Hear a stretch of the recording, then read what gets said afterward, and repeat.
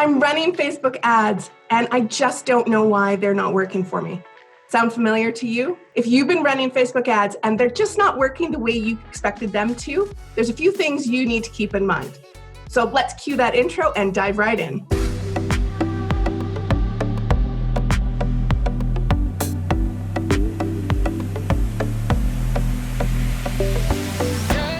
My name is Kelly Sturdivant, and I'm a Facebook ad strategist, and I help successful business owners scale their converting offers through the use of Facebook ads. As we get started, be sure to like this video and subscribe to my channel so you can keep up to date on all things Facebook advertising. So the big question is, you're running ads for your business and they're just not working the way you were hoping them to work. There's a few key components that you could be missing out on in your advertising. So number one, the biggest thing I see most small businesses do is they're using the wrong objective. Now you may be asking, what is the difference between running a traffic ad and running a conversion ad? And the difference is that they have different objectives that tell Facebook what they want to do in the ad.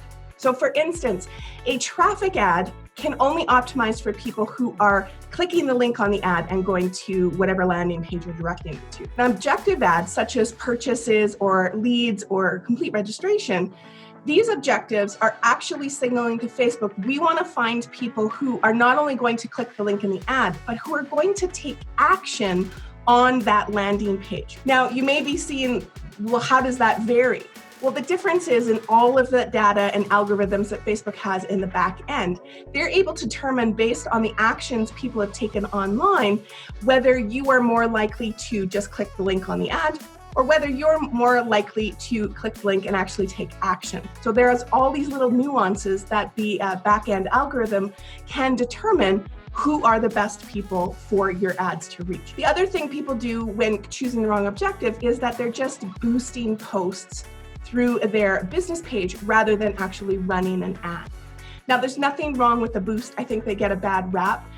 Boosts can be very handy at times when it comes to getting quick eyes onto your Facebook page or a specific post. But a boost cannot optimize for things like driving traffic to a website or purchases or registrations. So they can be handy for those quick posts when you're on the run and you just need to get some quick eyes to increase the engagement or reach on that specific post. But that's about it. That's all they're really, really good for. Making sure you choose the right objective can be the first step in getting better results in your advertising. Number two, too broad of an audience. Now, we all want to sell to everyone who wants to buy our products and services, but the key is we can't target the entire world. It's just not feasible. So getting a little bit more specific on the types of people you want to attract with your products and services will really help your ad spend go much further. So think about your ideal client avatar, your customer avatar, your client base, whatever you want to call it. What are their demographics? Are they male or female? Are they 20? Are they 50? Do they have an age range they tend to be in? What are their likes and interests? Do they have commonalities between them? Do they like coffee or tea? These small little things can be the difference in whether you're hitting the right people or not with your ads. The other thing to keep in mind is your ad audience size. We don't want to be targeting people with an audience size of 20 million or even 200 million. You want to be able to dial that back. The sweet spot I like is between about 1 and 5 million for small businesses. And then when you have a little bit more ad spend, increasing that to about 10 million. Once you've dialed in the audience to this 1 to 5 million or 1 to 10 million range, then the likelihood your ads will convert increase substantially. So ensuring that you have not too broad of an audience, but you have a good size audience and target can make the difference in your ads. Now, of course, this doesn't apply to small businesses who are local. Local-based businesses will obviously have a smaller demographic to work with depending on the size of audience that they have. Number three, the budget is too small for the objective at hand. Now, ads can work for any budget size, from $5 a day all the way up to thousands of dollars a day. And it can work for you, but the key is knowing what the return on ad spend is going to be in order to see if your ad budget makes sense. Now, what do I mean by that? Let's take, for instance, that you sell a digital product. You have a lifetime client or a lifetime customer value of $1,000.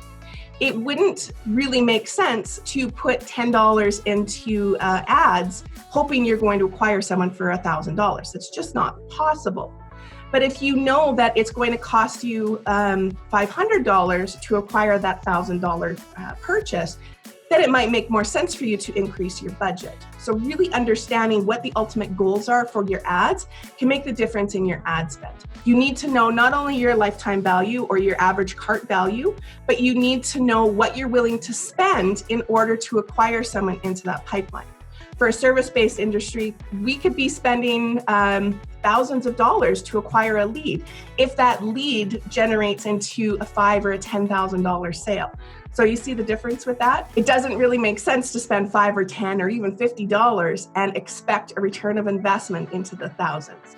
So really understanding that your budget needs to fit the goals at hand with your ads can make the difference on whether they're going to succeed or not. Number 4, not testing enough copy and creatives for your advertising. Now, we all think we're amazing copywriters and we pick the best graphics for our ads, but the truth is, when you run multiple ads with the same copy or creatives, they get a little tiring. And if you're running them for a long time, people kind of get bored of seeing the same thing. So it's really important to really change up your copy and your creative from time to time. Usually I like to test about 3 to 6 images for one set of copy, and maybe sometimes higher depending on what the ad spends are. Generally, you want to have multiple images to test out because what resonates for one type of audience might not resonate for another. And that's what we're allowing our ads to do, is collect that data so that we know what our audience is actually resonating with in our ads. When running multiple forms of copy, it's a good thing to test out not only short form copy, but long form copies too. Now, understand what the goal is of your ads, because this will determine whether it makes sense to have long form copy or short form copy. But really, the sky's the limit when it comes to testing out multiple variations of copies and creatives. Sometimes with our copy, the most wild and outlandish images can tend to perform better. I once cut off my client's head in an advertising, and before I could adjust it, it was already converting well for us. So we left it alone. Doesn't matter if the image is perfect or not. It just matters that when people see it in their newsfeed, it stops the scroll and makes them look at your advertising. And that's the goal with your ads. How do I get people to stop and read what it is the ad is doing? So think of that next time you are running your creatives, is how can I get people to stop the scroll with this image, and does it make sense for the product or service that I'm trying to sell? Finally, number 5, expecting ads to change your world. Now, there's no mistake about it. If you understand ads and they're converting well, you can generate revenue from them. But the key is ads cannot fix a broken business. Ads are a great source of data for you. They can help you determine whether your ads are actually working, whether your audience is working, whether your landing pages are converting the way they should be. But if you're not paying attention to the data and you're just blaming it all on ads, then of course they're never going to work for you. Also good to keep in mind that ads is only one small part of your entire business ecosystem. And you can't rely on the ads to do everything for your business. You still need to be showing up in your email. You still need to be showing up online. You still need to be making those connections with your audience on social media. So don't expect your ads to just miraculously start generating revenue for you and fix whatever might be wrong in your business. If you like this video, be sure to comment below and tell us what you thought. Like this video and subscribe to my YouTube channel. And in the section below, you'll find a bunch of resources to help you along your journey to ad success. We'll catch you on the next training. Now, we all want to, and having some niche-based interests to really dial down. I can't even talk in this one. And those are my 5 things to